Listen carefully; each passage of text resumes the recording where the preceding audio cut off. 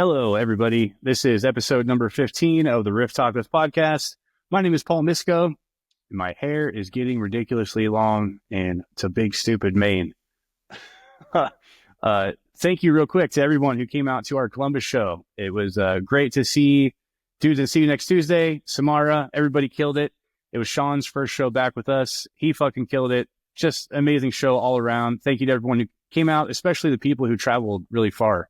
I talked to a dude named Kyle who was in a band, I think, called Pretty Mouth. He came down from Canada, 7-hour drive, just absolutely insane. So thank you guys so much. Looking forward to the next one. We'll be in Cleveland on March 28th at No Class with Nightmare Unit, Samara, Gut Gash, and Daggers was just added to that one. So that's going to be a ripper. Tickets are on sale now at FASWA, link in bio, Linktree website. You know where to find it. Also, please sign up for the Riff Tacos email list. It's the best way to stay up to date with everything happening with the show. I'll link it in the show notes, and it's on the official Instagram in the highlights section. If you're not following that, it's just at Riff Tacos on Instagram. And don't forget to follow the show on your podcast platform of choice. Leave a rating, comment. Let me know what you think of the show so far. All that little stuff adds up and helps me grow the show. So thank you very much. Moving on. Tonight, I will be joined by an old tour buddy from way back in 2007. We only had the pleasure of touring together one time with an amazing lineup of bands, but he is none other than Robbie Smith, vocalist of Heavy Heavy Lolo.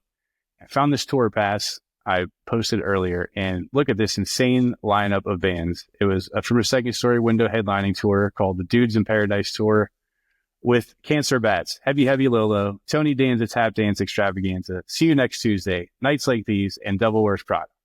I know not every band was on every date, but that is just insane. And that was our first time meeting Heavy Heavy Lolo.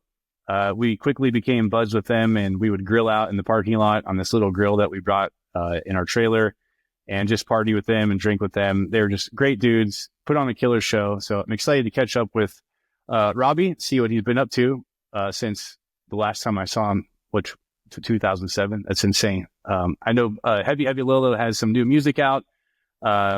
He may or may not have sent me a sneak peek of something to check out. I don't know how much I'm allowed to say yet, but we will find out tonight. They have 2 new singles out. One is called I Go Where I'm Kicked. It came out with a music video in January, and then they just dropped another one called Soft and Obedient on March 8th. Both are super awesome, so check those out. He also has a new horror feature film titled I Don't Like It Here that he directed, and that'll be premiering at Unnamed Footage Fest in San Francisco on March 29th. And he also has another horror movie called Grieve that's out on Amazon Prime and I think some other streaming services. So check that out. But yeah, let's get to it. This is Riff Tacos with Robbie Smith of Heavy Heavy Lolo.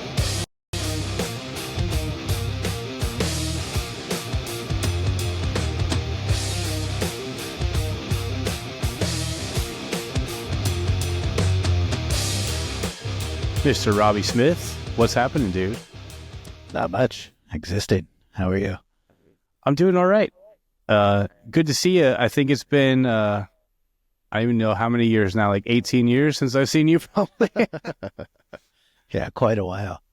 Yeah, I found our tour pass I posted, you might have seen on Instagram, but from, 2007, Cancer Bats, Heavy Heavy Lolo, Tony Danza, See You Next Tuesday, Nights Like These, Devil Wears Prada. That's insane. Yeah, that's wild. So I don't remember, I think this tour picked up like after another tour, because the first show is in Colorado Springs, and like we're from Ohio, so that wouldn't make sense. So I think we picked up there and met you guys for the first time, and we were like, who are these weirdos? And ended up becoming buds with you guys and like grilling out in the parking lot and drinking and hanging out. And yeah, so it was just a great time. So it's good to catch up with you. Yeah, I remember once Joe realized how much of a freak Danny was, they continuously tried to out-freak each other. Yes. I remember he tattooed Joe in the parking lot of a rest stop or something. Like, just got out the machine, no gloves, just like went for it. And he got like a stick figure of his friend back home, and it said, I hate Jeff Redondi or something on it. And we're all just like, okay, this is happening now. Danny was a trip too, dude. Yeah. we loved you guys. Yeah, likewise. Yeah. We always look back on that tour so fondly because it was just so, it lacked a seriousness that a lot of tours we went on prior and after that, because everybody just treated it so serious. And it's like, come on, we're touring, we're playing music for people, we're having fun. Like, Yeah. you know, be serious when it's time to get paid, but otherwise, you know, let loose, you know? Yeah, it's already so stressful as it is. Like, you got to have fun. And I think we always took like our music seriously and everything, but we were a bunch of fucking silly gooses. So we're always ready to have a good time and laugh because you'll go crazy, you know, especially at our level. It's not like anyone's making tons of fucking money and shit. Like, so Eating out of cans and shit. yeah, you're just trying to survive off of gas station hot dogs and fucking the pizza they give you at every single venue. Yep. But so you guys have some new tunes out. Yes, sir. I missed until today that you dropped another one on the 8th. Oh, yeah. Yeah. So you got 2 singles out. And then the other one was for the music video. I Go Where I'm Kicked, right? Yes, sir. Yeah. That is fucking sick. What was it like making that? It was a blast. Me and our bassist and guitarist just went out to the California desert and got weird. Yeah. Did you direct that, or was it? That was our friend Jacob Nichols. He's the guitarist in Duck Duck Goose. Oh, okay. Sick. Yeah, I thought I saw you. You said you edited or did color or something on it, but Yeah, I'll edit most of them. I directed the one we put out on the 8th for Soft and Obedient. oh, that has a video too. Mm. Oh shit, I'll have to check that out. I missed that one. But yeah, I think I Go Where I'm Kicked is like one of my favorite songs from you guys. Like right away, I was like, man, I love this. When did you guys like? I know you sent me something to check out. I don't know how much I'm allowed to say about it, but Yeah, you can say whatever you want. so you guys have a new record coming. I don't know if you have an official release date based off what you told me. Yeah, it's since we don't have a label or anything, we're just like, once it's in hand, we'll drop it. So like as of now, we're saying 420, but you know, if it comes, you know, 4/6, Right. and we have the time, then we'll plan it and we'll just put it out the next day or something, you know? Sick. I love it. This like doing things our own way now with no labels or anything is just fantastic. So you can just say, fuck it. We'll play a show when we want. We'll release music when we want, and we can do it on our. Yeah, it's great. Like sometimes, you know, they are dumb decisions, Yeah. but that a label or manager might have stopped, but it is fun, you know, just figuring it out. Yeah. I think approaching it all these years later too, we have a new level of maturity, so we can make hopefully fewer dumb decisions. But yeah. Because it had been how long for you guys too since you stopped? We stopped in 2011. So we tried to come back in 2020, and you know what happened then. Right. And we didn't end up playing shows until 2022. Okay. So when did you start writing this material? About a year ago, was when it started percolating. Okay. And like, who do you have like a core crew that writes, or like who's your main songwriters, or like what's your process like? Yeah, I mean, it's always been, you know, just throw us in a room and we'll figure it out. But since our drummer and bassist are they're brothers, and they always find themselves around one another for like, you know, holidays or whatever. So they have a really great chemistry, obviously, because they're brothers, but they're drum and bass, so it just fits together so naturally. So they'll come up with a lot of the bones for things. If you're a touring musician, you know how important it is to have reliable merchandise that represents your brand and keeps fans coming back for more. That's where Gorilla Joe Printing comes in. They specialize in high-quality printing and custom merchandise made to make your fans feel like they are part of the experience. from t-shirts to patches and any unique memorabilia in between. Gorilla Joe Printing also helps forecast your inventory, whether you're on or off the road, so you never run out of stock or end up with too much. They even help bands manage their e-commerce stores, keeping your merch business running smoothly 24/7 so you can focus on what you do best, performing. For more info, check out GorillaJoePrinting.com. Yeah, you guys have like a very unique, specific sound to you, and I was wondered like who was at the helm of that, or like where was this like formed in whose brain? Like what were your influences when you're starting? Yeah, when we were starting, it was all like Daughters or like As the Sun Sets. This band, Under a Dying Sun, Breathe or Resist was a huge like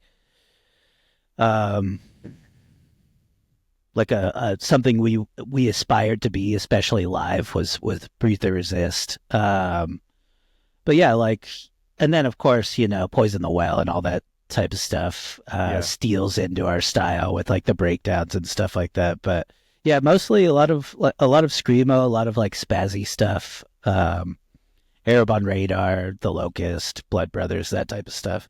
Yeah, that makes sense. You have a lot of like fun, almost like, I don't know, like what I would call it, like almost like rock and roll sounding parts, like with the kind of disco beats and things, and then it'll just go into like insanity. Yeah, we love dance music. I can hear that. Yeah. There's a really good band called Chinese Stars that was on 31G, the like Locust label, and they're fantastic. It's just like very sparse guitar dance music. It's really good stuff. It's called Chinese Star. Chinese Stars, yeah. That was Stars. like another one for us, just like the pinnacle. That's sick. And so Danny's on guitar. Did you guys have two guitar players? Or yeah. Mm-hmm. Okay, I thought so. Yeah. Is it all the same lineup now? Yeah, it's all the same dudes. That's really cool. I don't know if you remember Chip, or I don't even know if he had got the nickname Chip by then. I don't remember. He had chipped his tooth really bad, and that's how he got that name. But he's our other guitarist. He's more like kind of a metal dude. Okay. Yeah, like my memory is so foggy from back then. Like if I talk to like specific members of bands like daily, I remember, but like the rest of it just kind of, I'm sure same way for you, like just goes out the window. I remember our tour quite well though. Yeah. Just in terms of like moments and things like that. I just remember watching that same day that we barbecued, Danny and Joe pissing in their own mouths. Almost like a competition, but there wasn't any winning. Yeah, there's no prize for that. No. It's funny, our drummer Nick, if you remember him, he was just telling a story of Joe pissing in his mouth. The first night we met another band. I don't remember, I forget who it was. He'll remind me later, and I'll get the story wrong, but it was like Through the Eyes of the Dead or something. But Joe runs in front of the van, first night on tour, it's dark outside, and he just starts pissing in his mouth in their headlights, and you just see piss going everywhere. And they're like, whoa, you guys are crazy. Okay. That Nick episode is really good. Oh, thanks. I was laughing my ass off with that UK story. Oh, dude, that's my favorite story ever. Yeah, it's so good. He's a great storyteller. He is. He's the best in the band. We've known each other since we were like 5 or 6 years old. I think we forgot to tell that story specifically, but best storyteller I know probably. He's always making everybody laugh. Yeah. Shit, what was I going to ask you? It's about that tour. Oh, fuck it. Out of my mind. So you guys started kind of about the same time as Fastwood did, or at least 2003 or 4. I don't know if Wikipedia, I always look it up, but I never know what to trust. Yeah, so I didn't join the band until 2004, late 2004. I actually saw from a second story window in February 2003 or 2004, and I got my nose broken at that show, and it's been broken ever since. Like, you can see the thing. I got that was an incredible show though. It was that was before I was in the band. Yeah. It was like Calico. It was Sean was still in the band. It was like Calico System, Remembering Never. Fantastic show. Yeah, I think somebody posted that flyer not too long ago. We shared it. That's an old one. It was killer. So they had a vocalist before you took over? Yeah, so they started the band in high school. We all graduated in 2004 except for their bassist, or our bassist, their bassist, Jesus. And they started the band as just like a daughter's clone or whatever. In high school, and they had 2 singers. They had the singer I joined with, because we used to have 2, and another dude named Riley. Okay. So at what point did he take off and you just took over? 2004, probably towards the end of 2004, maybe early 2005. We were very wild, and he was a little bit older. He was a few years older than us, and just did not want any part of it. He couldn't handle it. The fireworks in the van. Been there. Yeah. So I was going through your like full discography today. So it looks like you had a couple EPs that came out, but then some of those songs made it onto like the first LP. Is that correct? Yeah. The first LP was just a very strange situation. Like, we're all very young, and we got signed, and they were just like, oh, okay, you're going to record a full length on this date. And we were like, well, we don't have that many songs. Like, we only have, so we kind of just cherry picked from older releases. Gotcha. And that was, it was the offshoot of Ferret that you got signed to? Was that the first one? Or? Yeah. Technically our second one, but the first one as the current lineup. Yeah. Okay. They were called New Weathermen, right? Yeah. New Weathermen Records. Yeah. So what was it like? Yeah. You were how old when you got signed? 2005. So 19. 19. Yeah. That's crazy. Did they offer a lot of help as far as like label support, or what was the deal like? Yeah, it was, if I remember right, it was overwhelming for us, because we didn't even really have aspirations to be signed. We were just playing a lot. We had played with Fall of Troy at this coffee spot that we had played in Northern California quite often, and they saw us and they were like, "Oh shit, you guys make hardcore fun again." And they're like, "Do you want to like play more shows, etc.?" And they introduced us to their booking agent, Nick Storch, who started New Weathermen to kind of just start a little offshoot of Ferret, because we didn't exactly fit on Ferret, with like 12 tribes and all that stuff. So he just started his own thing. Yeah. That's awesome. Yeah. When you're that young and getting signed, like, and it used to mean a lot more then, because now you can do, like we were saying, like now you can do everything yourself and put out your own shit. You have your own social media presence. Like, I don't know what a label can really offer much these days other than like helping get your name out there if they have a name, but then you sign away everything still.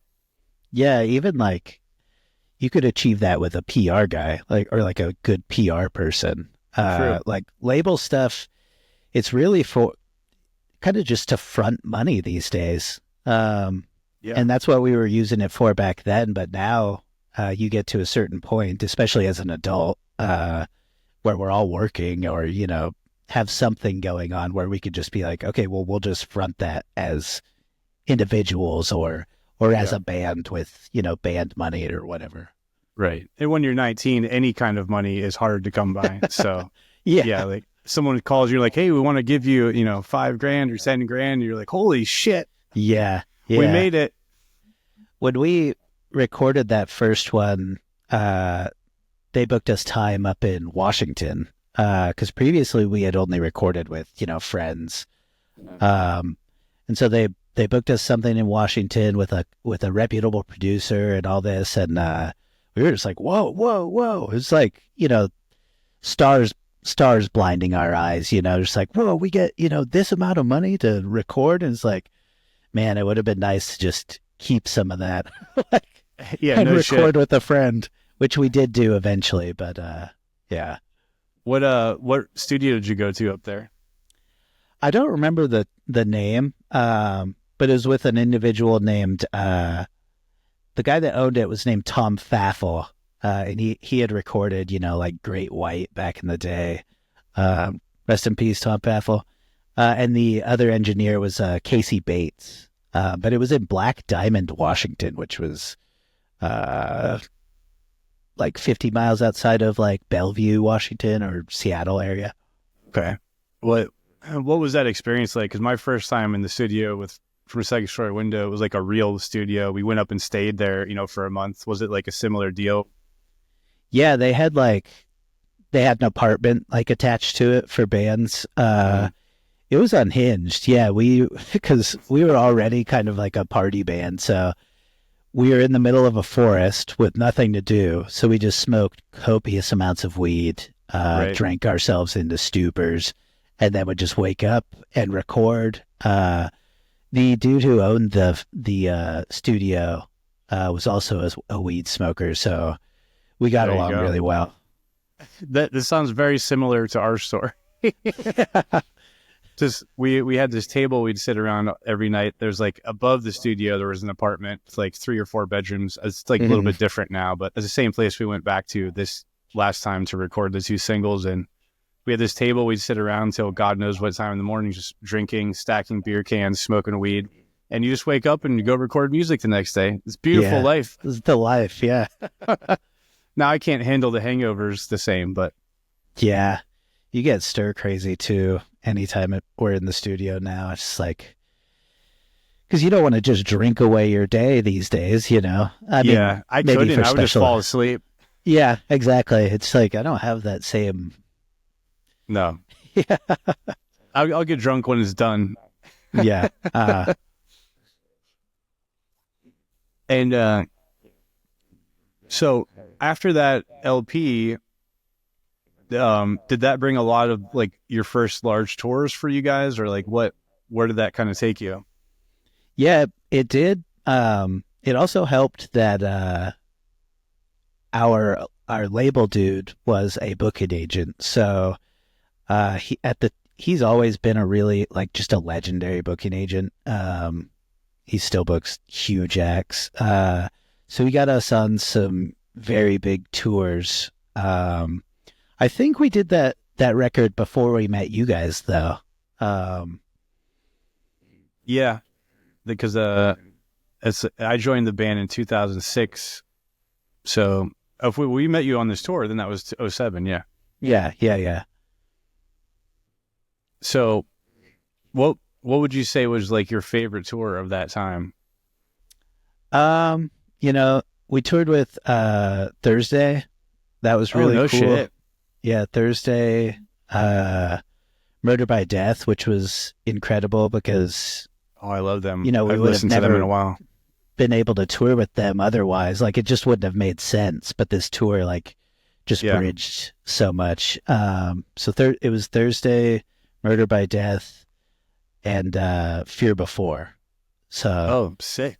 That was beautiful. Just because growing up in like high school, I would put Thursday to like skate videos and shit like that. Right.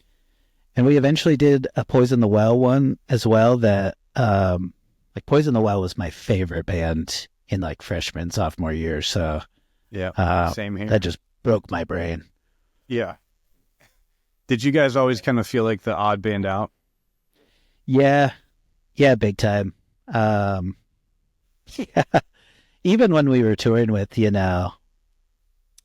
just every tour, we did feel a little weird. Because it is strange music, it's a little a little different than a lot of what was going on back then. Not too different, because you did still have your, your Tony Danzas and your, that stuff going on. But yeah, it was strange for sure. We were always accepted by everybody though. That was what counted, I guess. Right. It is like you have an element of fun and like chaos and a little bit of unhinged and like weirdness. Like it's hard to describe because like I can hear all the influences you mentioned, but like I can't really say like, oh, you really sound like there's another band that sounds like you. Like you guys really do have your own unique sound to you, which I always like. Thank you so much. Yeah, and I can hear in the new stuff like how it's grown over the years, and I feel like Sawtooth is back. They just put out new shit. I feel like everyone who's coming back, like with all these years off, like all the woulda, coulda, shouldas, and like maturing over time, everyone's like putting out their best shit now. Oh yeah, yeah. I love Lowest, by the way. Thank you. But yeah, Sawtooth, that new record is outstanding. Everything they've put out actually since they came back. Jabberwocky, I think it was, and Good. Yeah, Good was my favorite. Yeah. I was telling him that, and he was happy. He's like, yes, that's what I wanted to hear, because that's all like new material, I guess. Because Jabberwocky was sort of like reworked material, right? Yeah. Mm-hmm. Yeah. Yeah, but do you feel the same way for you guys? Is this coming out as your favorite shit, or? Yeah, for sure. I really like our old record, Turtle Nipple, and I feel like that was our best record then. Some of the other stuff I grew to be embarrassed about in a way. Oh, really? Just because, well, we wrote it when we were so young, and like some of my lyrics and things, I'm just like, wow, I've matured so much. Yeah. And just like reading them, and sometimes, doing them live or singing them, I'm just like, fuck, I just feel wrong doing it almost, where it's just like,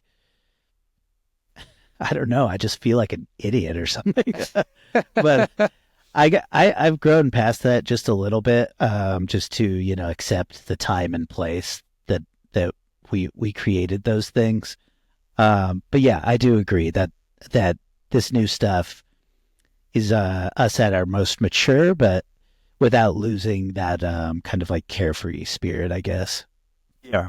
I think the songwriting is definitely like top notch, like listening back to and comparing it to the older stuff. But that's like, I think for a singer too, because like I write guitar, I can listen back to old riffs and go, oh, that sucked. But like words have so much more meaning. And so I bet, yeah, like I've never experienced that, like looking back, because I don't really write lyrics, but I can imagine you could cringe a lot harder at yourself with words over music. Even these ones, the new ones from this new record, like, I wrote them, 6 months ago. I'm already looking at some of them like, wow, you could have done, like, you could have done better. You're smarter than this. Like, you should have thought about this more. But yeah, I am very proud of them. Like where like do you usually pull inspiration from lyrics? I love movies. I love film. So, and I write a lot of films and screenplays and things like that. So, to me, a song is kind of an opportunity to write kind of like a short story or even a short film that could be, compressed into a song. You can be as visual as you want, as poetic as you want. So yeah, that's mostly where my inspiration comes from, is just like, okay, I have this idea and this. With this record, it's been a kind of like equal parts, that sort of thing, just like writing fictional stories, but also, reckoning with real life things, which isn't something I did a lot on past records. I wasn't so serious in the past, but there's some pretty serious things on this record, I guess. Okay. Do you, I always prefer, like, if I'm in a certain, like, mood or, like, vibe for my writing and I'm, like, writing, like, maybe an EP or whatever, like, do you consider the whole thing one piece? Like, not necessarily like a whole, always a concept album, but, like, I like to, like, have everything kind of be together as one piece of art, no matter what it is. Yeah, definitely. I do, even if it isn't like a through line concept, I do still like to treat everything as somewhat of a concept. So for like this one, it's just like the pain of life, from beginning to end type thing. And even if it is something as simple as, pain or whatever as a concept, I do still like to treat it like that. It keeps like a certain tone, you know what I'm saying? Yeah, I think like whether it's a full length or EP or whatever, each piece of work you do kind of represents that wherever you were in your life at that time, like however you were feeling. And yeah, I like it to always kind of be like just cohesive like that. Yeah. It makes it more special to me instead of just like kind of random ideas. That Turtle Nipple record, you kind of was like a little bit of a departure from your usual sound, would you say? Yeah. And was that kind of like just starting to mature then, or just wanting to try some new shit, or? Yeah, it had been a while. Well, not too long. 'Cause, as you said, that Everything's Watched record is kind of, contains a few older songs. So it didn't feel as cohesive for us. So when we were given the opportunity to do another full length, we recorded that one with our friend Sam, who really encouraged us to experiment, and we were very in the mood to experiment ourselves. Because we had been touring with like, you guys, Number 12, Fear Before, and all of those bands were just like branching out so much in terms of sound, like expansive sound. And we were getting kind of tired of just like blasting and like, I don't know. And I was getting tired of shrieking. Something about that just started to feel old to me. So yeah, it was a very cool situation because we got to live at the studio for like a month and just experiment and kind of almost create some songs on the fly and get to work those out with the producer / engineer. And like overnight, sometimes we just do like mushrooms and create these like soundscapes and then wake up and be like, whoa, that's weird. Like, let's expand on that. Right. So that, yeah, it was a mixture of, maturing and just being afforded the time to find the sound that we wanted to. I think that's our most conceptual album, even up until now. Yeah, that's awesome.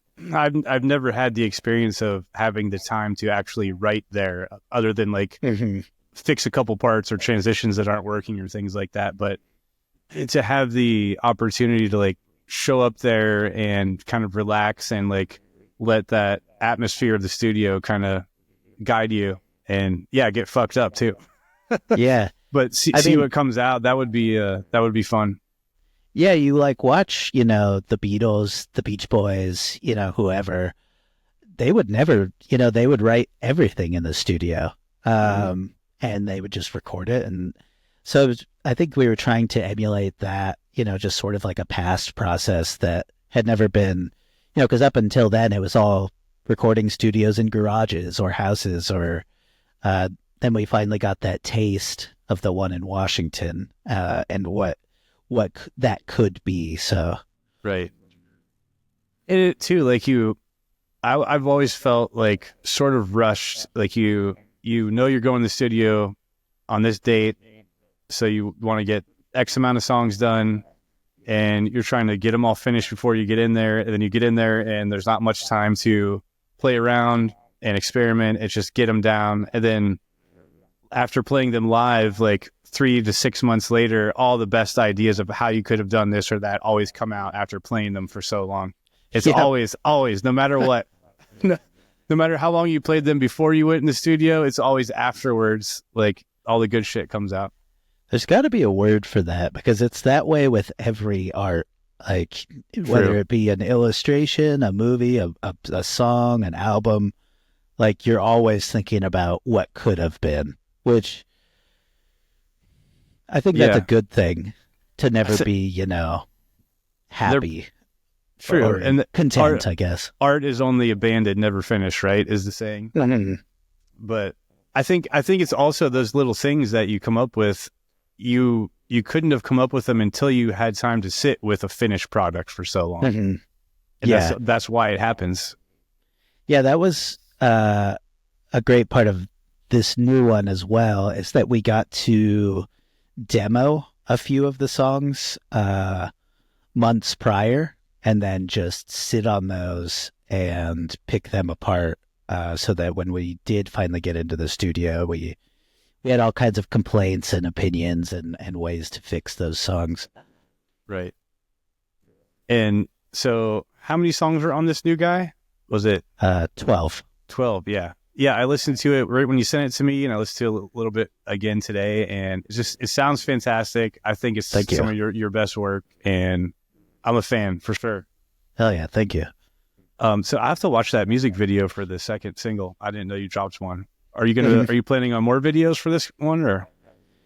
Yeah, we have the next videos will probably come out after the release. There is one video that we've been sitting on for a song on there that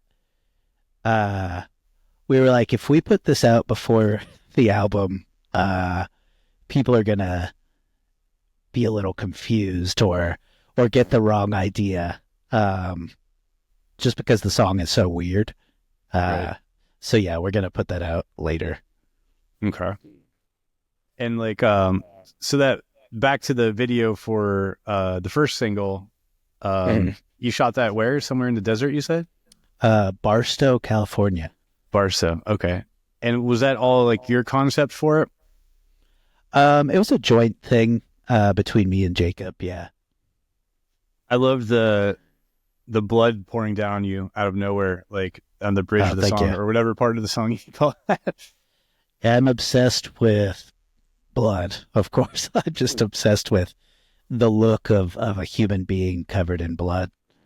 It's really cool, and when it comes out of nowhere like that and surprises you, it does its job as far as like shock value. Hell yeah, thank you. Was that also at the end? Is that Danny and you? Yeah. What is where he's like naked or whatever's happening there? Yeah, he's wearing the red cloak most of the time as well. Oh, okay, that's him. And what's the deal with the skeleton you're fucking at the end? So we went to Jacob's house, and it was sitting there on his couch, and I was like, let's bring the skeleton. Why don't we have the skeleton in there? And yeah, we just freestyled it. Yeah. That's fantastic. So as far as shows go, I know we were trying to hope to make something happen, but it wasn't lining up yet. Like, what do you guys have planned for this year? We're announcing a tour tomorrow, actually. Oh, no shit. I took this off my wall because it was hanging right there. But those are a bunch of shows that we're playing. Yeah, in July, we're doing a tour with this band Melted Bodies and this band Dr. Manhattan, just from Chicago down to Orlando. Okay, nice. Those are a lot of dates for us old dudes. You guys are going yeah. after it. When I sent that to the guys, they were like, whoa, no days off. It's like, dude, it's 8 days. Like, it's not that. Oh, it's 9 days. Sorry. But yeah, sure. Do you guys have a new van or renting a vehicle? What are you doing for that now? Now we just rent one. And it's so nice because, we're not as messy as we used to be. Back then, it's just we'd all have those 16 passenger vans Oh that we yeah, would just treat like toilets. yeah. You need a hazmat suit. Yeah, exactly. But now it's so nice to just be able to rent one, and get like all the fixins in there with like the rear view cameras and all that stuff. Oh yeah, and it's all taken care of and like maintained, so you don't have to worry about that shit. Insurance, Yeah, like no matter what you do to it, you can take it back. Like one of the tours we went on in 2022, we like sideswiped it all along something, so it just had this big old like thing along the side, and they were just like, whatever, you paid for insurance, yeah. you just sign a paper and walk away. What type of van you get? We get a different one every time. So I don't know what we'll do this time. I'd like to try to get a Sprinter this time. That'd be nice. Yeah, I was gonna say we had one of those one time in Europe the first time we went there, and nice. That was pretty cool.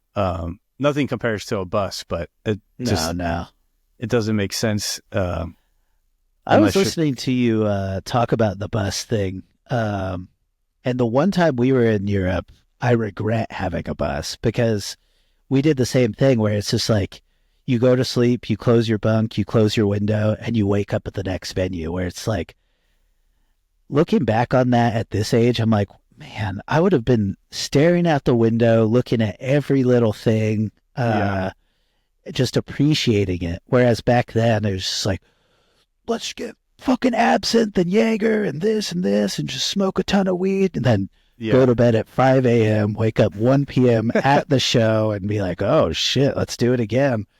Not appreciating anything. No, thinking back to myself, there's no way I would have appreciated it like I would now.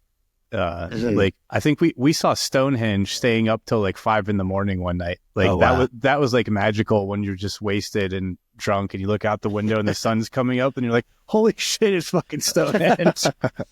But yeah, for the most part, we missed out on everything, and like you don't have much time to go around any city.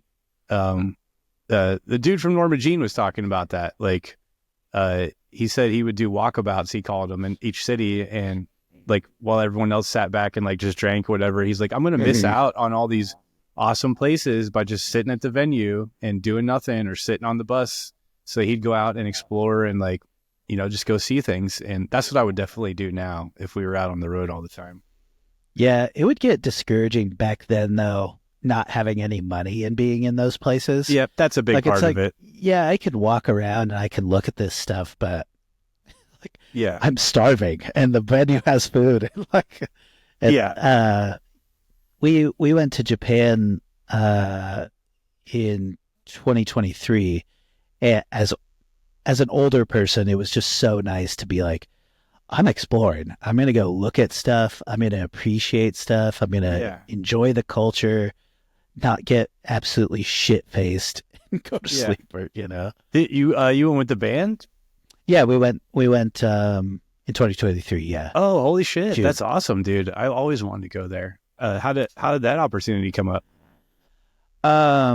We have a friend in Australia that we had met on an Australian tour, and fast forward all these years, he's working with a group out there called Fortitude Booking Services, I think it's called, and he had just hit us up and was like, would you, if I book this tour, would you be able to make it out? Like all you'd need to do is pay for your plane tickets. And yeah, we did it, and it was cool because it was like it reminded me a lot of the venues and things we'd play in 2006 or whatever, or 2007, because none of them were especially large, and none of the shows were particularly huge. They were all great, but it just felt very punk rock. That's awesome. What was your transportation like there? That's funny you ask. So we were supposed to have a van at first, but there was some weird snafu with because our tour manager was Australian and did not have a Japanese license. They were giving him a bunch of trouble about picking up the van. So we took bullet trains from show to show. Oh shit! the first like 3 days, because we only had, most of the venues out there provide backline and drums and everything. So when we went out there, we just went to, we got there like a day early and we bought guitars. That way we didn't have to fly out or check any or anything like that. That's awesome. And we just went and bought, like $100 to $200 guitars. Like we had a limit. And so we did that and we just gave them away at the end. So the only thing we were carrying onto the train was guitars and backpacks. That's super cool. It was very cool. Yeah. What do you guys tune to? You're asking the wrong dude. I think it's drop D. I don't know. Yeah, it doesn't sound super low. I was just curious. Yeah, it's like, because Danny's guitar, sometimes doesn't even sound distorted to me. Yeah. Yeah, he's got a unique sound and tone to everything. I always, what the fuck was I going to say? On our tour, like I would always stand, I think, on like his side, and he has a unique style to his playing, and it just like all those little like weird scales. Like it kind of reminds me of some of the Fastwa stuff. It's all very chromatic, just like and it like, and we kind of got that shit from like Every Time I Die back in the day, like in like Daughters too, like you guys. But yep, yeah.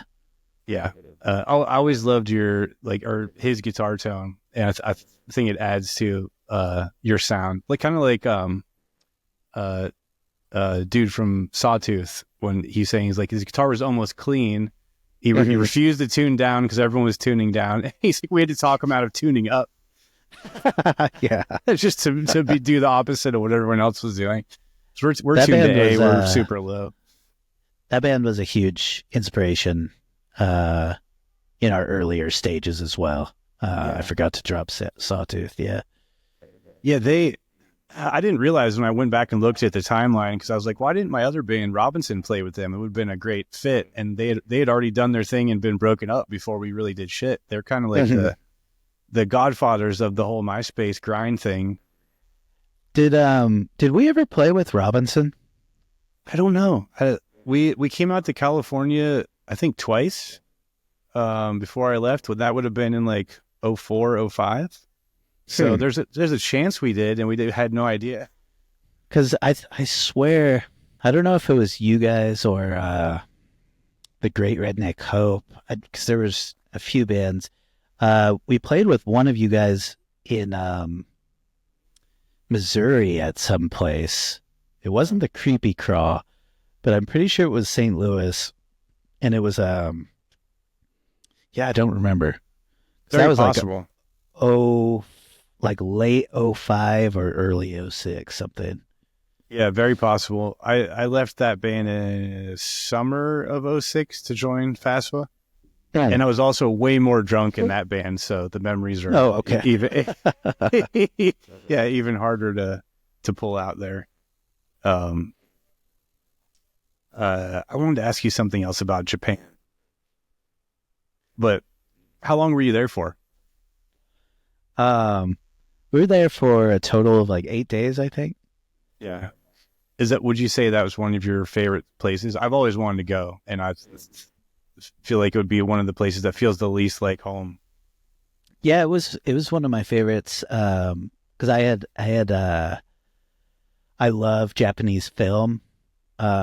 Huge fan of Japanese film and, culture. And, so I had always wanted to go just for that. I never thought I'd go with the band. So yeah, it was a lot of fun just being there.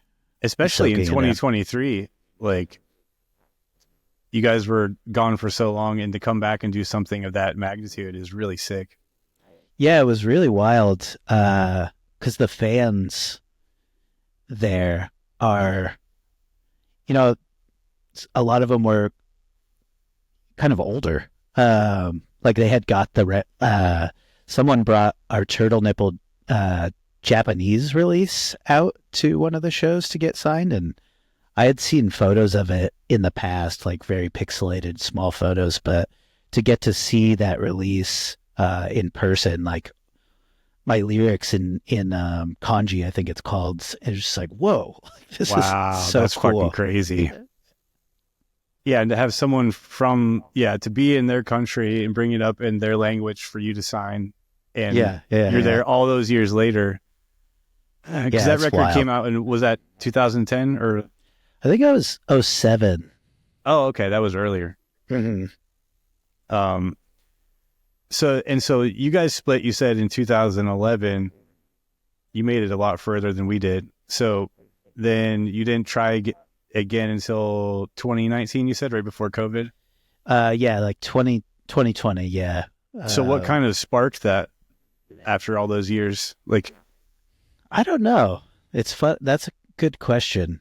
I don't know, because it was before COVID, so no one was grateful to be alive. So I think it was just, I don't know.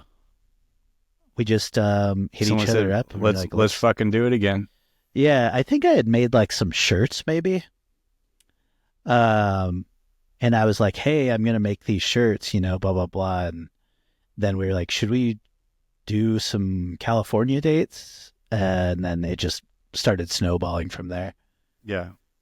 It's awesome that you could still pull all like the same original members and everyone was like, yeah, let's do it. Yeah. Yeah. A lot of us, two of us have careers, but the other three are kind of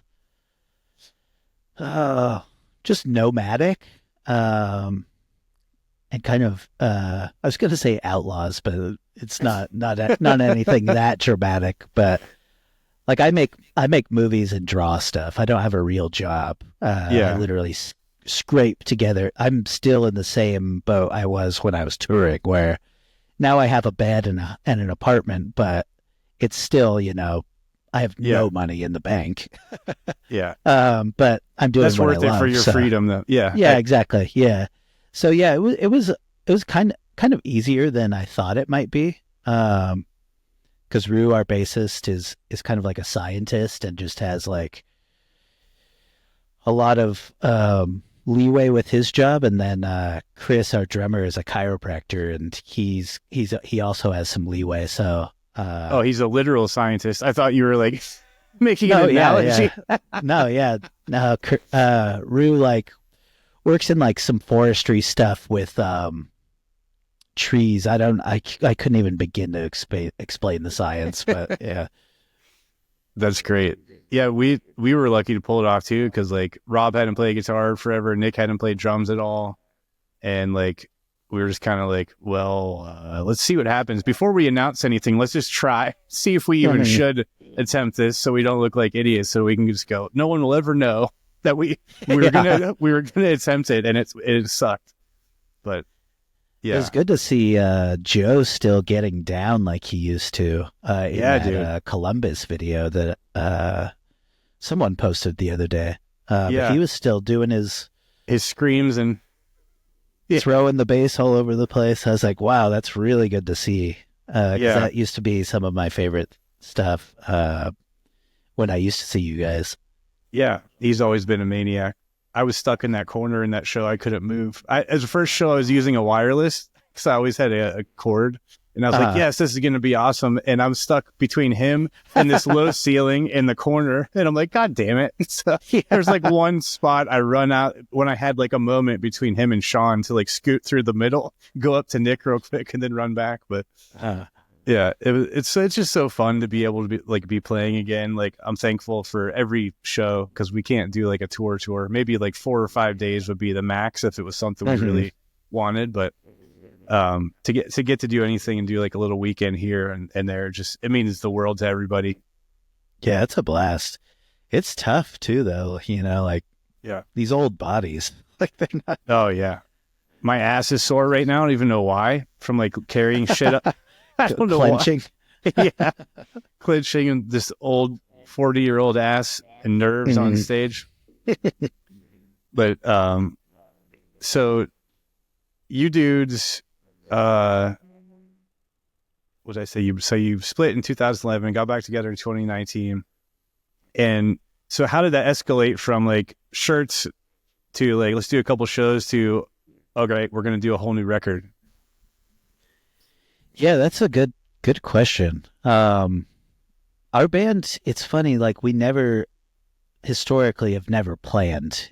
Things just kind of happen. And sometimes we're steering it and sometimes it just happens. But with this, I think somebody just presented the idea to maybe even just do an EP. And our drummer, he used to do, I had mentioned he's a chiropractor. He also does like DJing and stuff like that. And he knew of a spot that he would throw a lot of like shows, like,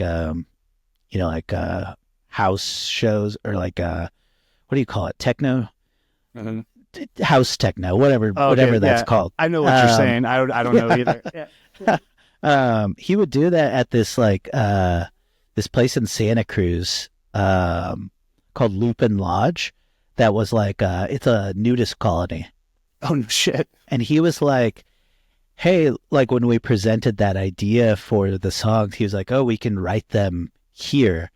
So we took the opportunity to just all go as a band for like a week and a half, and we rented out a yurt, like a giant yurt, and just stayed on this nudist colony for a week and a half. And they had a recreational facility in the middle of the whole community, and in the bottom of that they had like a storage area, like a basement, where they were like, yeah, you guys can just play, as long as you want, whatever, be as loud as you want, etc. Because it was kind of an off season.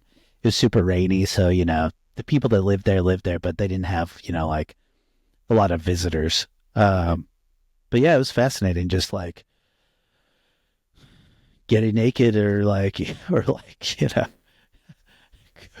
we didn't practice naked or anything like that, and I actually like Danny was naked quite a bit.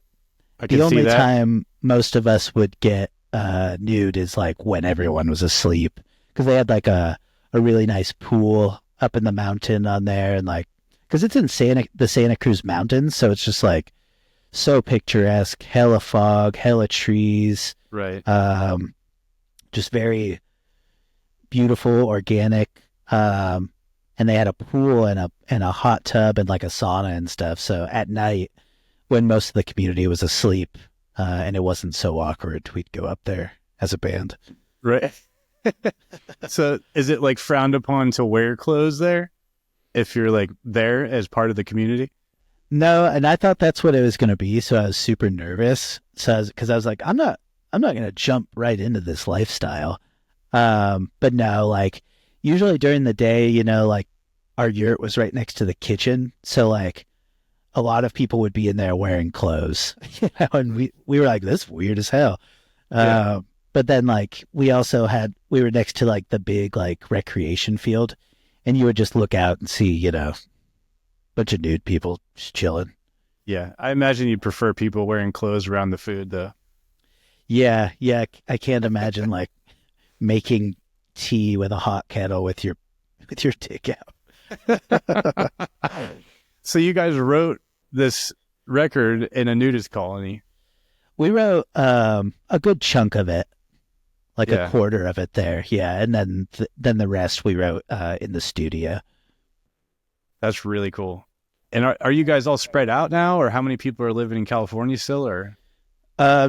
Rue lives in LA and Chris lives in San Jose. So they're the only two in California still. I'm in Oregon.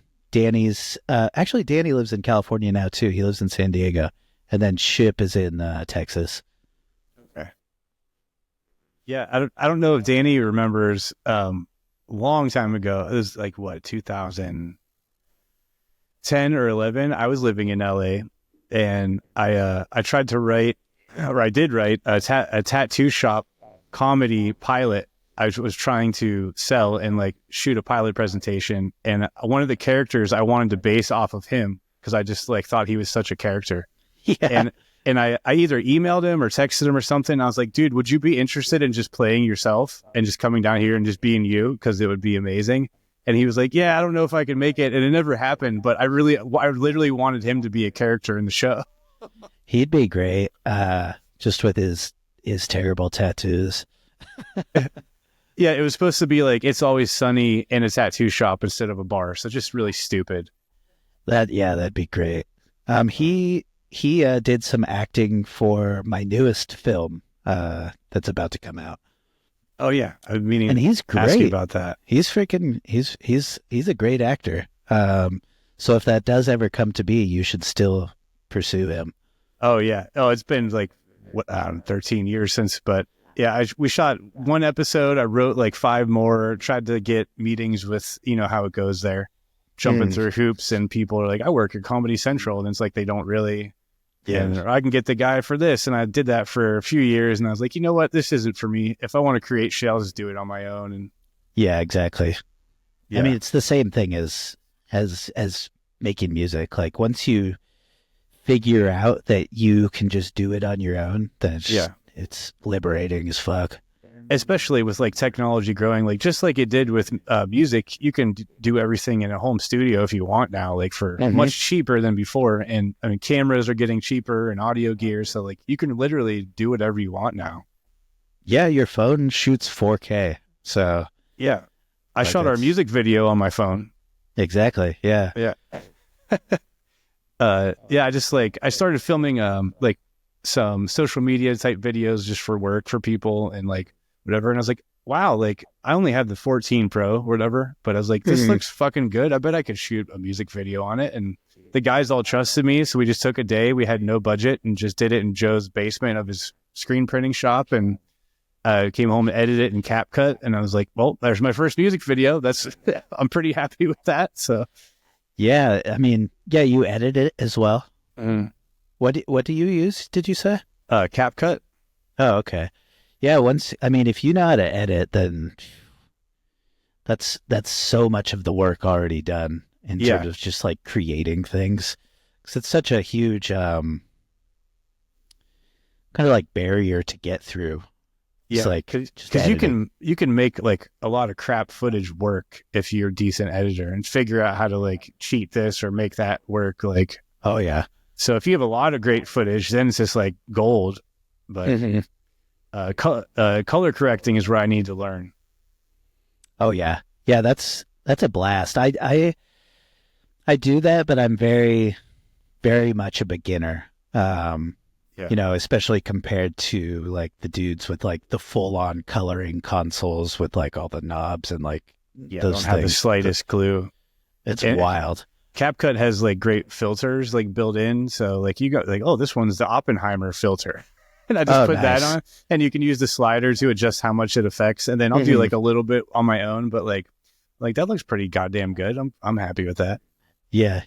It's so easy these days. It's like I'm so confused when people are like, I wish I could do that. It's like, dude, just fucking do it. Like you can even like, you don't even need a computer.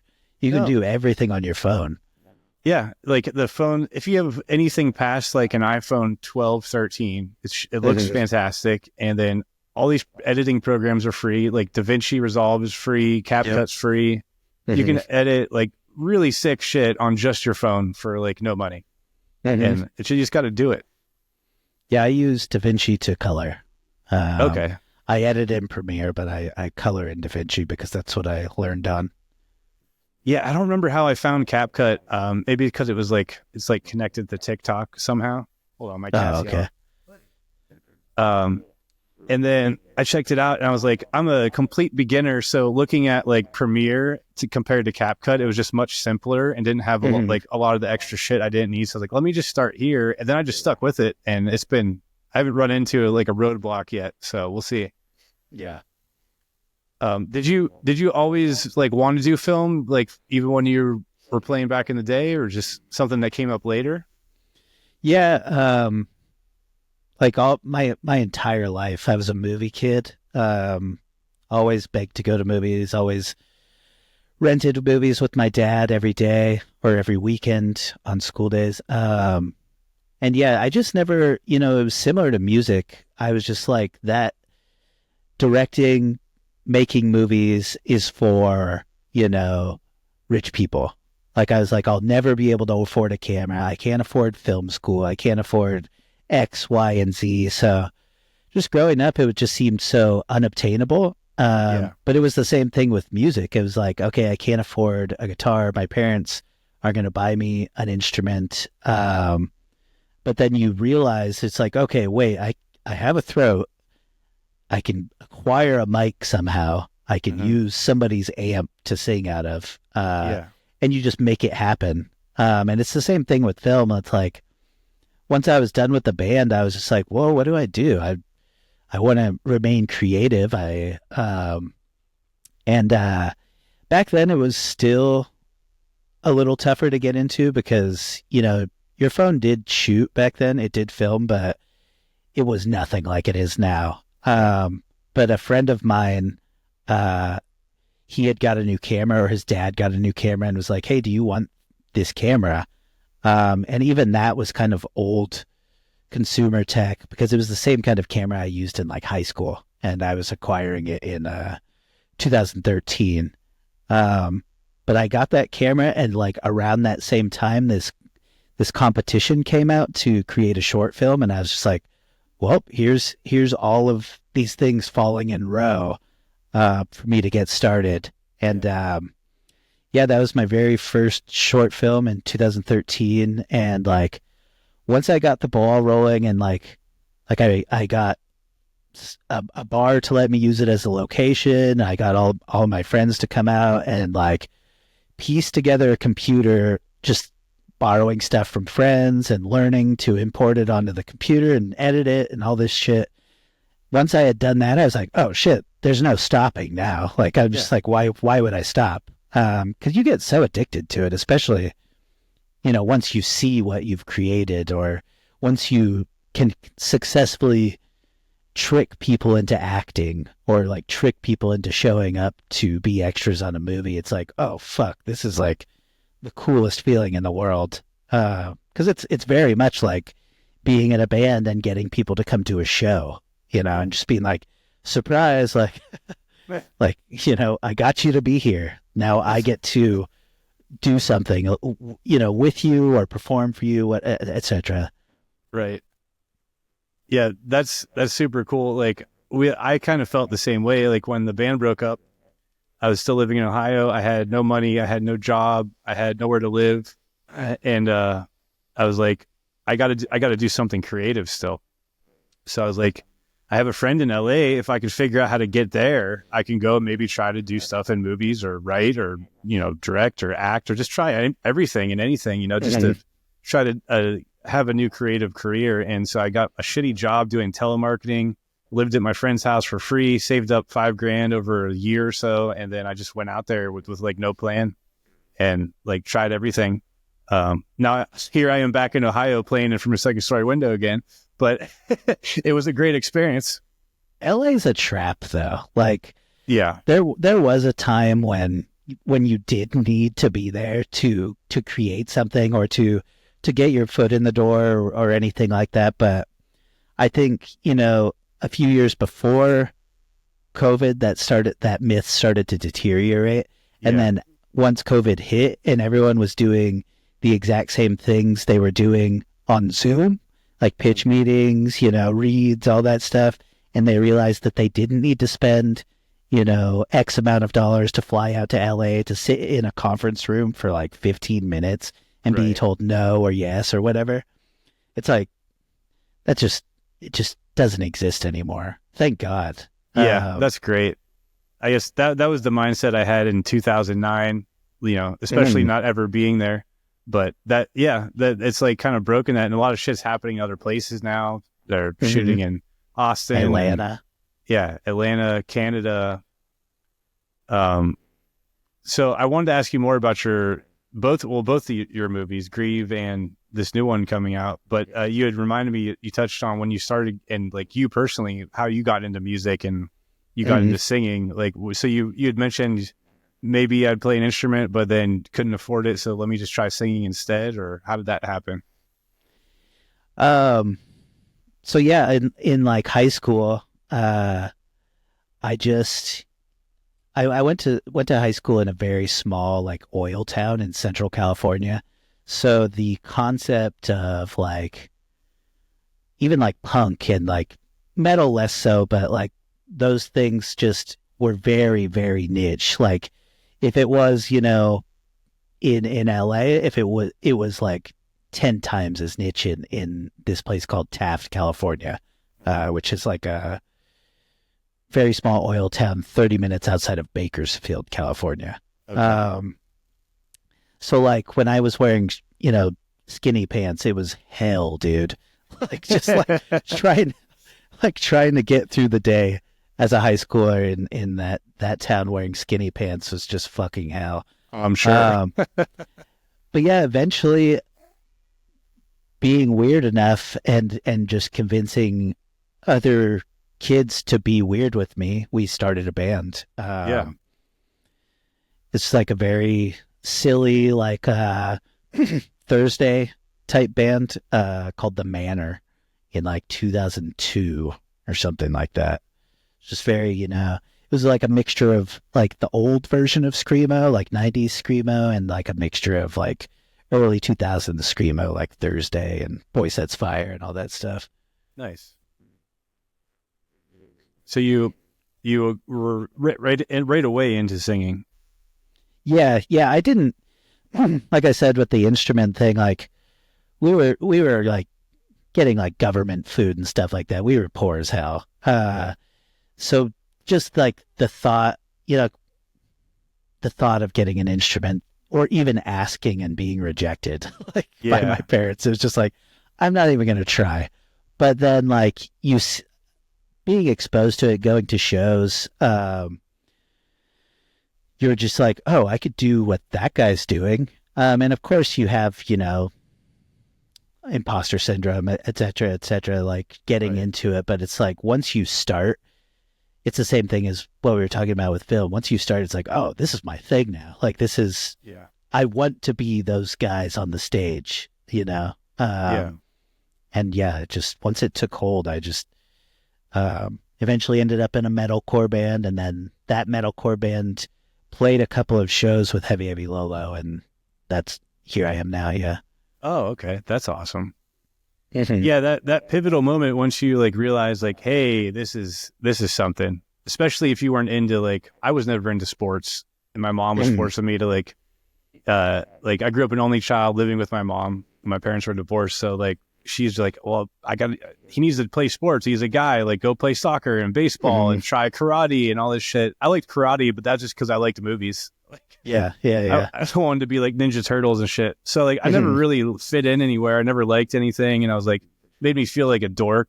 And like, then all of a sudden you're 10, 11, 12, I start hearing music from my friends because I didn't have a brother or sister to show me anything either. And then like, like that clicks, whatever that first thing is. And you're like, yep, I finally have something. And it feels so goddamn good too, to like finally like, this is what I'm going to chase after and fuck everything else. Yeah, it felt good internally for me, but like I was saying, like when I started to like that stuff, I got nothing but kickback from my parents, the school, like the jocks, everything is just like, oh, you think you can be different? Like you think you can have pink hair and wear, skinny jeans or women's jeans or whatever? It's like, boy. But you have established an identity, and that feels so good to just be like, I'm this guy. I'm rocker dude. Like I'm the emo guy at school or whatever. Yeah. And you eventually find your crew and other people. Yeah. True. Yeah. And if you feel like you finally have a home somewhere. Like Nick I've known forever, and like we were the new metal kids wearing the UFOs and the Slipknot shirts and like whatever. we had like, there was like punk kids in our school. Then there was like us group of weirdo new metal kids with purple long bangs and God knows what else we were wearing. But then all of a sudden it was like, Poison the Well showed up and somehow got into our lives, and Glassjaw and we started going to like shows and seeing like, well, these kids don't dress like us. We look like idiots. Like they're just wearing like jeans and t-shirts. And like, so we found like the hardcore scene or post-hardcore shit. And we were like, all right, let's change the way we look and let's try to get in this club now. And that's my very first show was, cause I always hear you talk about it on here, was Korn in 1999. Oh, fuck yeah. It was like my very first show, and I showed up that exact way almost, with like spiked collar, you know, the pyramid bracelet, fucking wide jeans, you know. Yeah.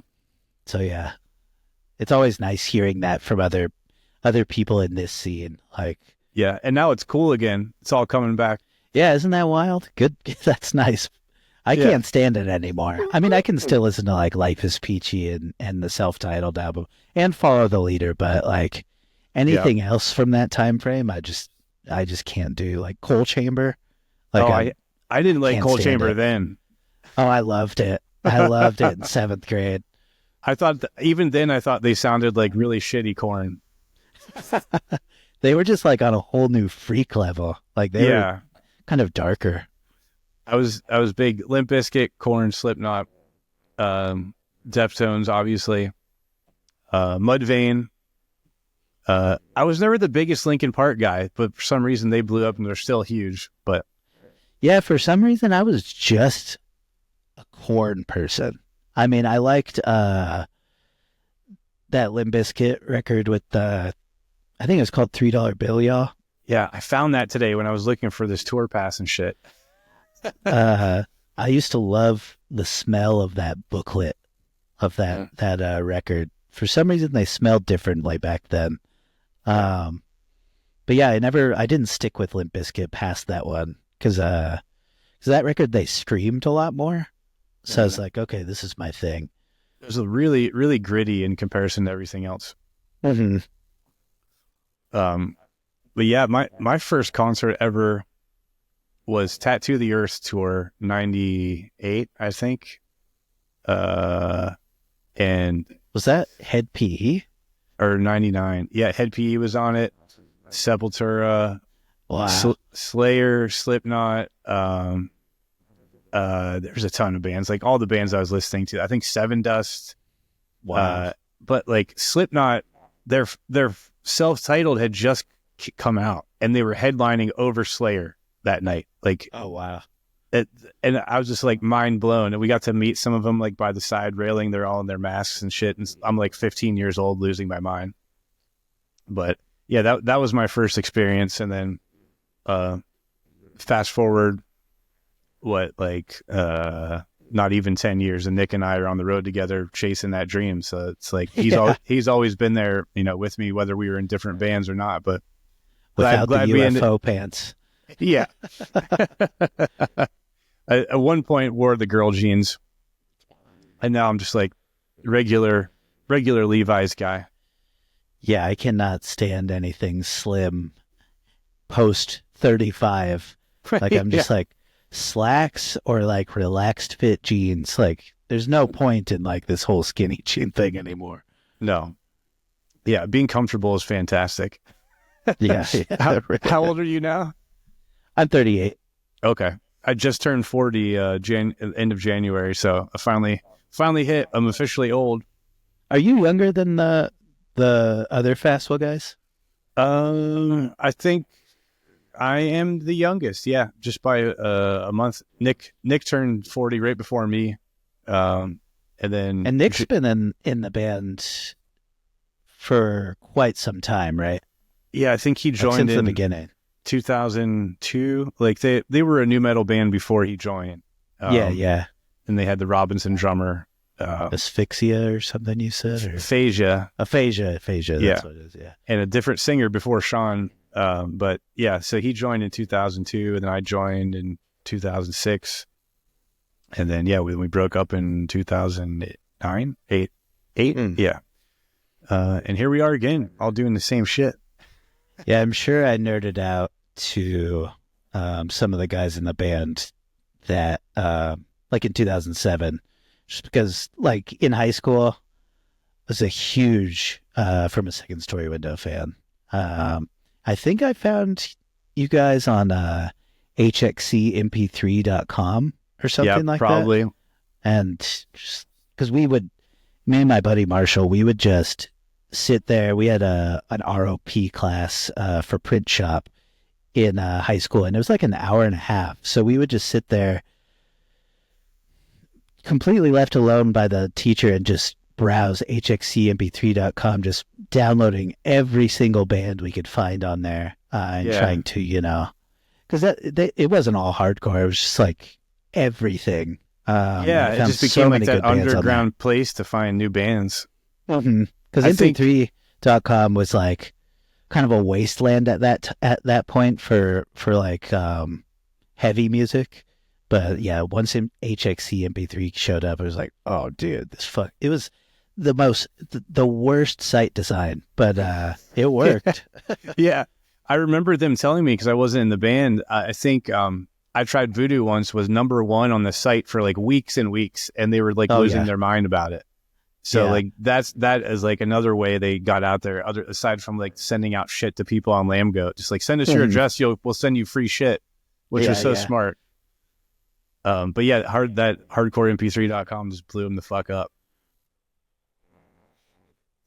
Someone should bring it back.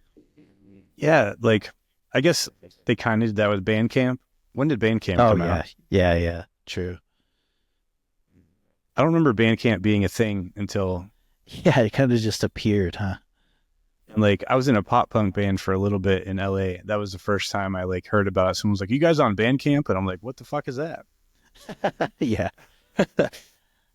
So I hate when people don't have one these days, because I don't pay for like Spotify. Like, if I like the band, I'll look up your band on Bandcamp and just buy the record on there because it's usually cheap. We're guilty of that this time. We don't have one. Yes. Oh, do you not? No. I completely, like, until like right now, I never really thought about it. Like we do have one for the Wax Festival release that has like, I was gonna say all the old shit, but for these 3 new singles, no, I haven't done it yet, so I should. Yeah, you should put one up there, because people rule. They're so generous in terms of, just like buying songs when they know it's going to the artist. Yeah, especially like our kind of music, when they definitely know we never made shit. Going back a little bit, I was going to ask, because we got thrown into this genre too, like, what would you call your style of music? Because we get called mathcore. I noticed you guys get called mathcore when I look up like Wikipedia and this and that, and I'm like, I've never liked that term. Yeah, we get called mathcore. I think that's the easiest way to state it to somebody. I just call us rock and roll. Just that great umbrella term. Mathcore. That works for you guys too, rather than just like metal. Yeah. Because we're not metal. Like, we're the least. I mean, we do have metal elements of metal, but like, we just are not. Like, I've never gravitated to that term. I don't know. People used to call us grind, but we're certainly not grind. So yeah, mathcore I like because it still has the core in it. Because we are a hardcore band. Yeah. You do have breakdowns and... Yeah. We all listen to hardcore, so... Yeah. I never liked the math part. I'm like, what? Like, none of us know what the fuck we're doing. It's like, there's any music theory or like... like shit going on. Maybe the Sawtooth guys do, because they're really fucking good. Oh, I'm sure. Yeah. But same here. Yeah, we're not like... I can't even begin to think of terms for that. But yeah, we're not thinking of any of the intricacies or technical stuff. We're just like, let's make something that sounds weird and makes you feel uneasy. Yeah. Dude, that's beautiful. I think that's way better than trying to be all smart. Yeah, exactly. Because like Rob and I, like, neither of us know anything about like actual guitars, and we don't play in a normal tuning either. So it's always just like, oh, this shape makes that sound, right? Like, so let's do one of those things, and then we'll do it with the other, like the fucking wham on that, like, that, or like we'll call it whatever, it's just numbers on the fretboard. That's it. That's how you make unique sounds, though. Like, Agreed. You're just driving down a road without a map. And like, if you discover something, you discover it and you pursue that. And like, I think that if you're like thinking about rules and like, Yes. and all of that stuff all the time, you create a lot of red tape or like a figure, like a fence. Yes. And it's just like, you forget, you know, to get weird or to think outside of lines or something like that, you know? Yeah, you'll give yourself rules before you even get started. So you're already hindering yourself. Like when it's like you said, like, let's do something that sounds like this and makes you feel uneasy. So you know what you want. You have a vision. So then you start working towards to get to that rather than starting without a vision and just going, well, this is what music theory says to do if you want to write a rock song or a metal song, whatever. So we do the same thing. Like, I want to write a heavy part that's like sludgy and stonery, but it sounds spooky, you know, or, you know, whatever, same kind of thing. And then you just figure out how to get there instead of starting with a framework of like how you're supposed to write a song. Yeah.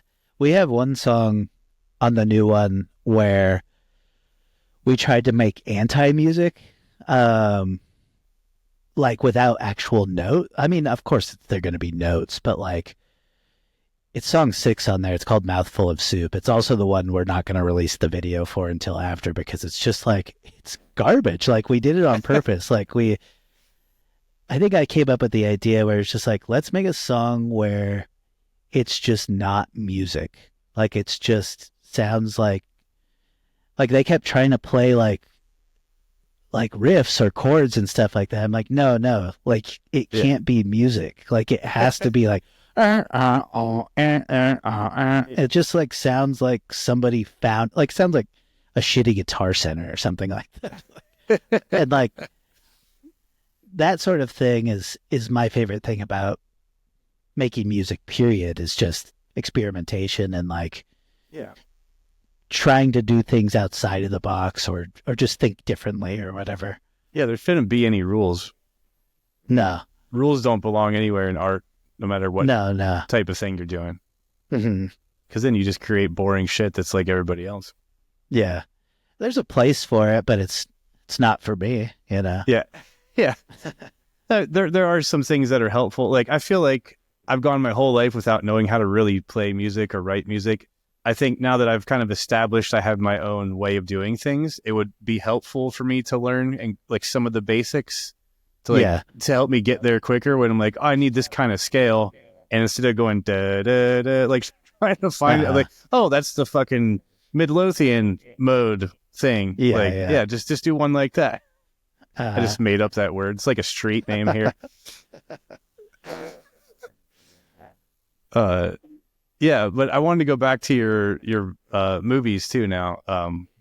So you had Grieve that came out in 2023, and that's on streaming on what, Amazon Prime and stuff, right?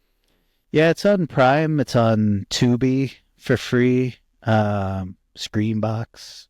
It's on a bunch of stuff. Yeah, sick. And that's horror too, right?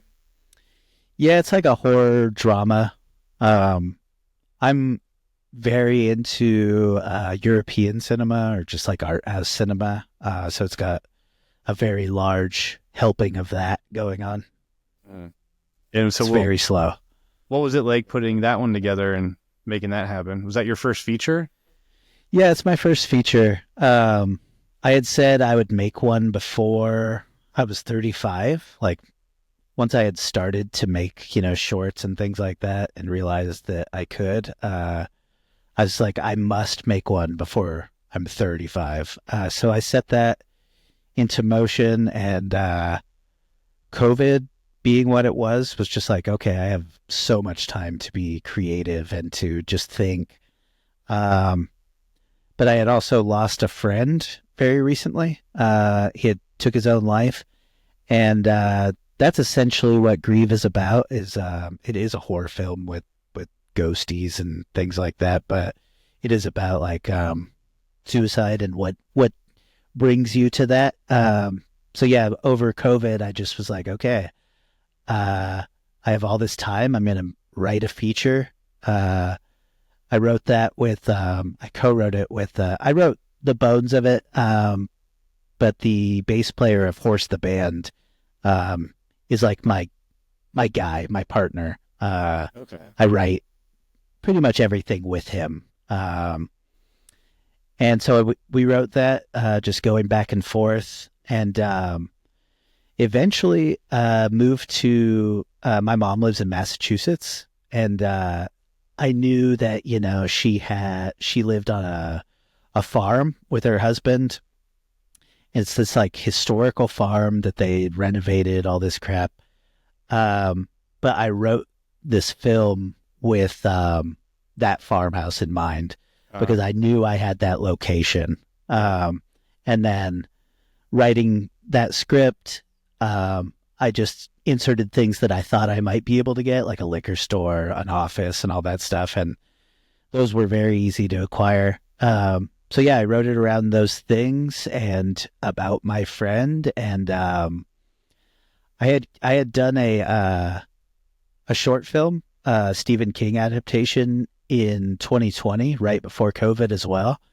And that was my first thing that I had made with like anything more than $70. All my short films previous to that was just like a phone or a camera and like getting together with friends and some blood and just creating whatever we could. With the Stephen King thing, I raised like $15,000 or something.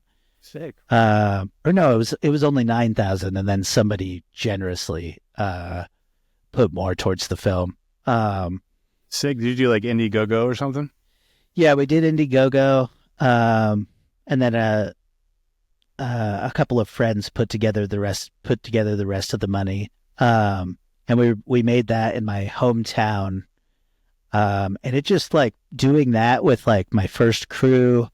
Even though it was like a 4-person crew, it was just like almost playing pretend Hollywood, which you realize is like, even in Hollywood, there are, skeleton crews of sometimes six crew members, and like the director, like once a director gets to a certain point. But after doing that and realizing how possible it was, and just feeling like, it's like, okay, wow, I can like put together this project.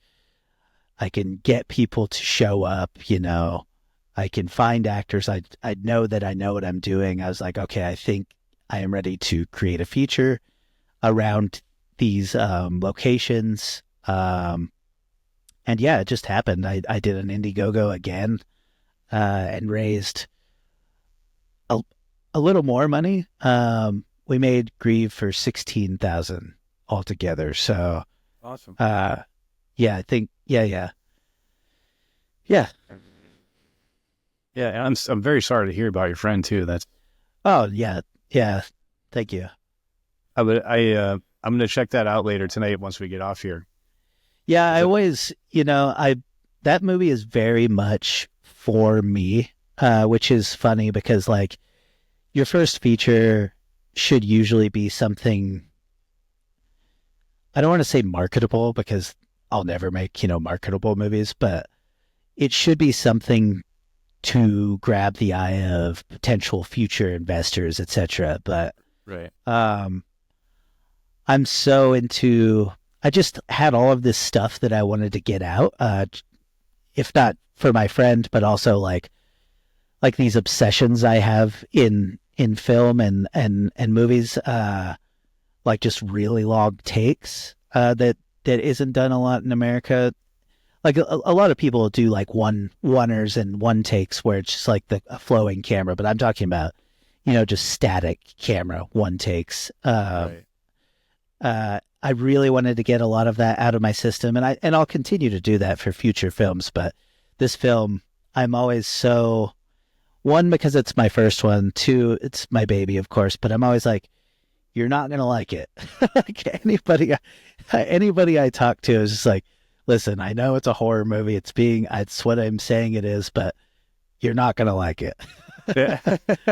Try it, give it a shot. And I'm so grateful if you watch it from beginning to end. It's only 66 minutes.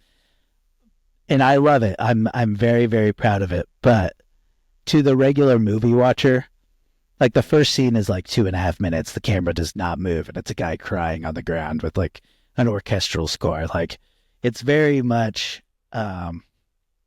its own thing. Gotcha. Well, I'm still going to watch it. I wanted to watch it before we got on so I could talk about it, but I didn't have the time yet. So I'm going to watch it tonight. Yeah, I'd be so grateful. Yeah, thank you. Absolutely, dude. Yeah. And then so coming off of that and with everything you learned, you moved on to this next feature. Did you kind of start that shortly after, I imagine, right? Yeah, with this one, because Grieve, getting a film done with no help in post-production, like, of course, you like making movies at this level, because most features should be made for like $100,000, something like that. Right. And we're making them for $20,000. So yeah, it's a very lonely process before and after, and pre and post-production, because you're doing it all yourself. Like, you're the only one that cares as much as you do. Like, there are other people that will be involved with it, but they cannot afford to give you any of their time. So pre and post is just so lonely. So with I started writing Grieve in like 2021, at the end of 2021. It took us a while to like put that all together and raise the money. So we filmed it at the end of 2022. And then the post-production process, doing that all myself, and sometimes flying to California to do the sound, and just doing all of that with no money. It's like, it takes like a year and a half to put out a movie, to find distribution, right, and then to wait for them, because that movie was ready to be put out at the beginning of 2023, but then you find a distribution person, and they're like, okay, we'll put it out in October, and it's like, God damn it, okay. So yeah, as soon as I found out, shortly after that came out in 2023 October, I was like, okay, it's time to do the next one, because you do all the promotion, all that stuff.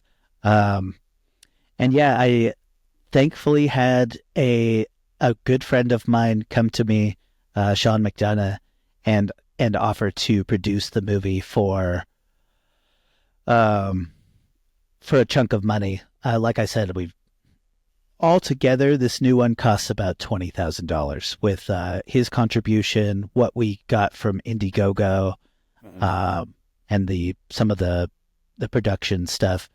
So yeah, I started writing that in 2023, and we were filming it by July 2024. Sick. How long did the film take, or did it take to film? So that's another thing. It's like, you don't get any days like at this. I'm sure you know, but like independent films, it's like like, what did we do Grieve for? We did 9 days for Grieve, and then it's like, you're like, no one's working for any money, so you can't do longer than 10-hour days. So right, like on real film sets, they'll go 12, 15 hours because everybody's being paid very well, being fed very well. But these independent pictures, it's like, well, I'm paying the sound person $150 a day, so that's $15 an hour for $10, or for a 10-hour day. It's like, I cannot ask any more of you than that. So It's like, even 9 days is just like, it's so rough, like getting everything done, having it all scheduled and all of that. So yeah, with Grieve, we did 9 days, and with I Don't Like It Here, the new one, I believe it was 10 days total. It's still impressive to pull all that off with the, when I shot my pilot presentation, I think we had 1 day with a sound guy, got a tattoo shop, and then the rest was just done with like friends whenever we could pull it off. Borrowed a car 1 day, but yeah, I had zero budget, so yeah, I would love for like 2 weeks or 20 days or something like that. But it's just never feasible with, once you're paying for accommodations and food, and because this new one actually has, Grieve has 3 speaking parts. I Don't Like It Here has 20, I think it is. So like, and it has like, 3 times as many locations, and we only had $4,000 more than that other one. So Wow. it's just like, it's fascinating, like learning how to stretch a dollar and like Yes. come to terms with not having any money or any time. Well, you learn a lot with each one, and Oh yeah. I'm sure you'll get there soon with having that 2 weeks to 20 days. Yeah. And hopefully maybe $100,000 more dollars or something. Yeah. Yeah. Even Everyone's 10. a stepping stone. So yeah. Yeah, certainly. Yeah. Yeah. It's the same with music. Like, you create that first demo with, whatever it is, $100 to $500, or your first EP. And then hopefully somebody comes along and is like, hey, here's more money to create a longer piece of that art. Come do a full length and say everything you wanted to say that you weren't able to say with that small amount of money or no money. Mm-hmm. And so this is going to a film fest. Was it March? I wrote it down here. March 29th, right? Yep. March At 29th. Unnamed Footage Fest in San Fran. Yep. Very cool festival I've been to before. I had a couple of shorts there play a few years ago. Very cool festival in San Francisco. And so that's like exclusively horror and It's all kinds of stuff. It's what's called in-world camera. So it's like found footage, a lot of it. So like Blair Witch type stuff. But then there's like a ton of subgenres of that. So like faux documentary, hybrid films, which is what our film is, where it's like a real film with in-world camera elements. There's just moments in our film of like faux doc and found footage. And then what's interesting is because it's such a niche thing, it is mostly horror, but you'll get like some very interesting like coming of age or like drama films, or like even thrillers, or like even like sex films that they get accepted into there. Just like it's fascinating. It's always so interesting and varied. that's great. And I'm not big. I'm not huge on understanding film fest. Is there like anything that you could potentially win, or is it just about showing off the film? Yeah, they do. There are like there is a jury that does do awards and things like that. One of my first shorts that I had submitted to it won the audience award. Nice. But for this one, I actually have a couple of the like judges and people who help with programming it helped with my film. So I don't think that we would be eligible for Oh, gotcha. for anything. Because some of them act in it, and I'm like, that just wouldn't be fair. Like, Yeah, people would be calling you out, I'm sure. yeah, I'm sure. So after that, that's the premiere for that. So Yeah. do you have plans for distribution for like streaming and stuff after that? No, we're gonna do the festival thing after that. We're gonna continue to do that. Just try to. What's nice about this festival is that announcing it, we've already been contacted by other festivals that just want to put our film on their programming, which is really nice because with Grieve, I spent, like $300 to $500 just on festival fees, just submitting it. Right. It ended up getting into 1 out of like 12 or something like that. Damn. And it's just so defeating. Whereas it's so nice. Like with that first announcement with this one, we already got like messages be like, hey, can we program it? It's like, please, for the love of God, take it. Yes, thank you. That's excellent. Yeah, I watched the trailer. I'm definitely interested and stoked to see it whenever I can. Hell yeah. So Yeah, that is Unnamed Footage Fest. So if you're in the area, you can get tickets to that, right? Grieve, which we already said is out on streaming now. And then we got the new Heavy Heavy Lolo record coming out, hopefully 420. Yes, sir.